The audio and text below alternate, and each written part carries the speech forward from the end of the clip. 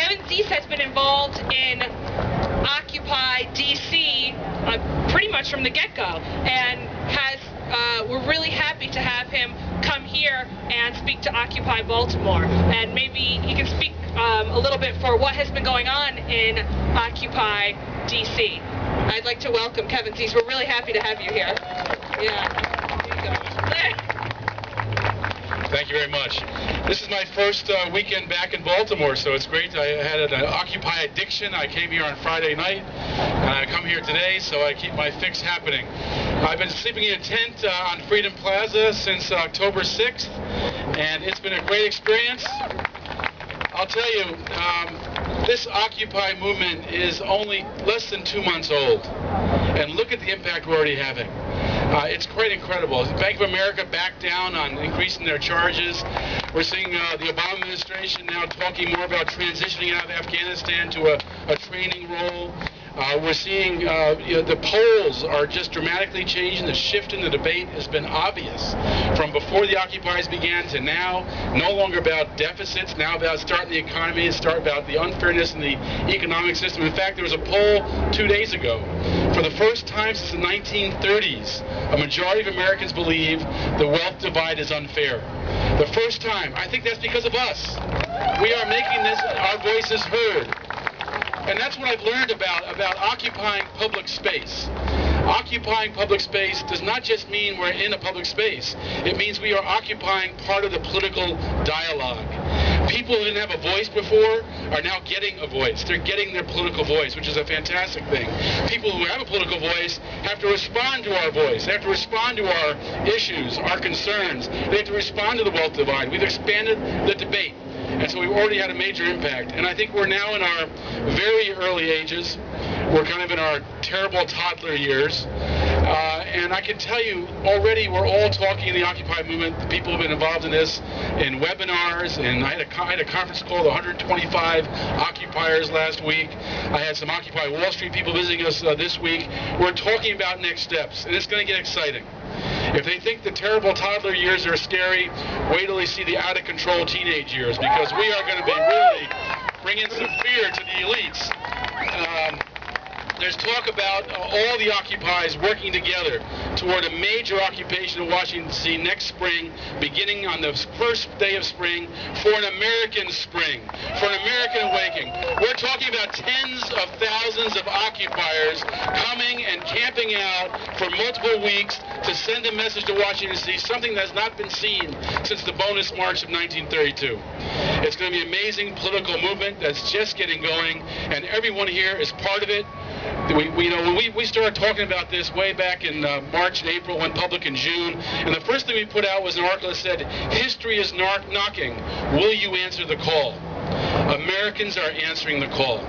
It's really a shock for us. We thought when we started on October 6th, we'd be the first ones getting started, but Occupy Wall Street started on September 17th, and by the time we started, there was actually a movement. In fact, there was already another occupation in Washington, D.C., so we have two occupations in Washington, D.C., one on McPherson Square, one on Freedom Plaza. We do coordinate activities together. We, in fact, are both publishing newspapers. We published our first edition last week of the Occupied Washington Post. You can see it online at occupywashingtondc.org, and the folks at McPherson are about to publish the Occupied Washington Times. So we're going to have two newspapers for the Occupy movement, and we have in both newspapers a joint editorial from the editors of the Occupied Washington Times and the Occupied Washington Post saying this is synergy, not competition.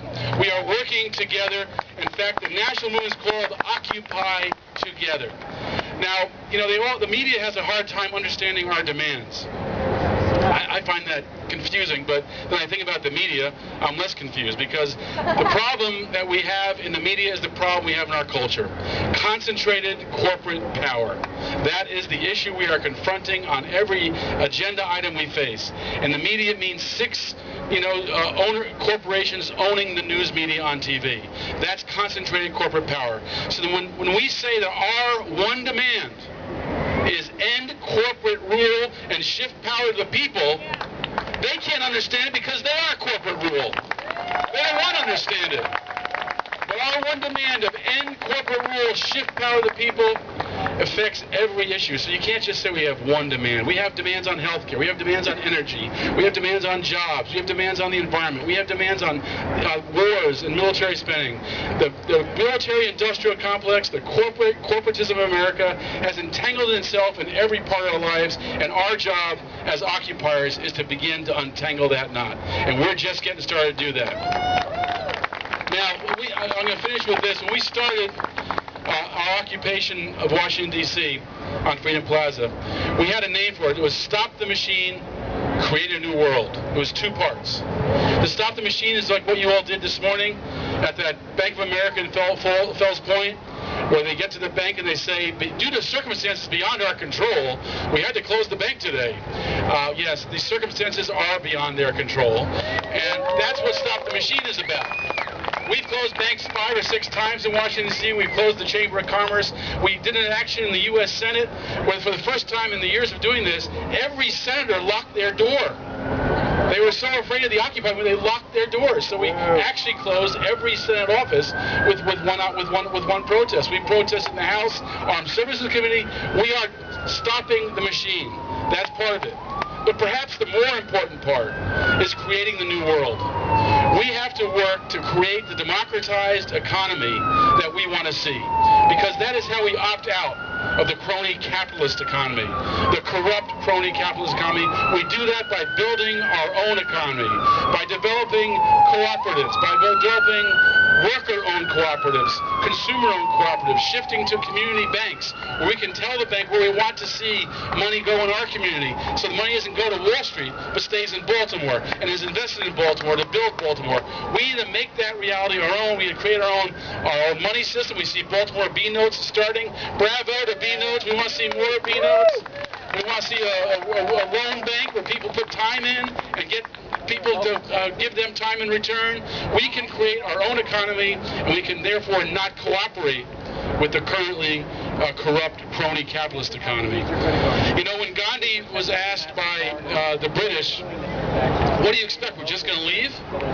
His response was, yes. When hundreds of millions of Indians refuse to cooperate and resist your actions, you will see it's in your interest to leave. That's the message to the 1%. They should listen now, because we are getting bigger, we are getting stronger, and we are going to make sure that they are removed from power and that the people rule this country. The battle is participatory democracy versus concentrated wealth, and the 99% will win. Thank you all very much.